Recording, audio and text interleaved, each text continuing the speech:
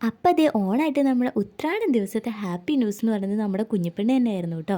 അതുകൊണ്ട് തന്നെ ഓണസദ്യ എല്ലാവരും പാതി വഴിക്കിട്ടിട്ട് എല്ലാവരും ഹോസ്പിറ്റലിലോട്ട് ഓടിയിട്ടുണ്ടായിരുന്നു. നമ്മുടെ ഒറ്റപ്പാലം വള്ളുവനാട് ഹോസ്പിറ്റലിൽ വെച്ചിട്ടായിരുന്നു കേട്ടോ. സി സെക്ഷൻ ആയതുകൊണ്ട് ചിഞ്ചുവിനെ കൊണ്ടാൻ ലേറ്റ് ആവുന്ന പറഞ്ഞുകൊണ്ട് നമ്മൾ ഈവനിങ് ആണ് കേട്ടോ പോയിട്ടുണ്ടായിരുന്നത്. നമ്മുടെ വരവും ചിഞ്ചുവിൻ്റെ വരവും ഒപ്പമായതുകൊണ്ട് നമുക്കധികം വെയിറ്റ് ചെയ്യേണ്ടി വന്നില്ല.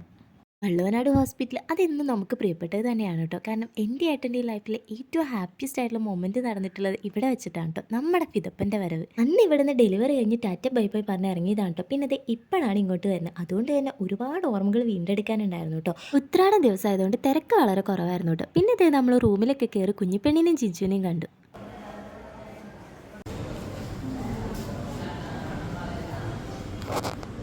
ഈ ഫ്ലോറിൽ ഇതേ ആ അറ്റത്തെ ഒരു റൂമിലായിരുന്നു കേട്ടോ ഞാനും ഫിദപ്പനും കടന്നിട്ടുണ്ടായിരുന്നത്. എനിക്ക് ഓർമ്മയൊന്നും ഉണ്ടായിരുന്നില്ല, കാരണം നമ്മളത് ബോധമില്ലാതെയാണല്ലോ വരുന്നത്.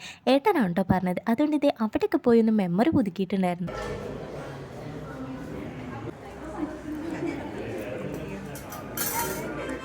അങ്ങനെ കുഞ്ഞിപ്പെണ്ണിനൊക്കെ കണ്ട് അവിടുന്ന് മിഠായി ലഡുവൊക്കെ കഴിച്ച് എല്ലാവരോടും ഹാപ്പി ഓണമൊക്കെ പറഞ്ഞ് മെല്ലെ നമ്മൾ വീട്ടിലോട്ട് വിട്ടു കേട്ടോ.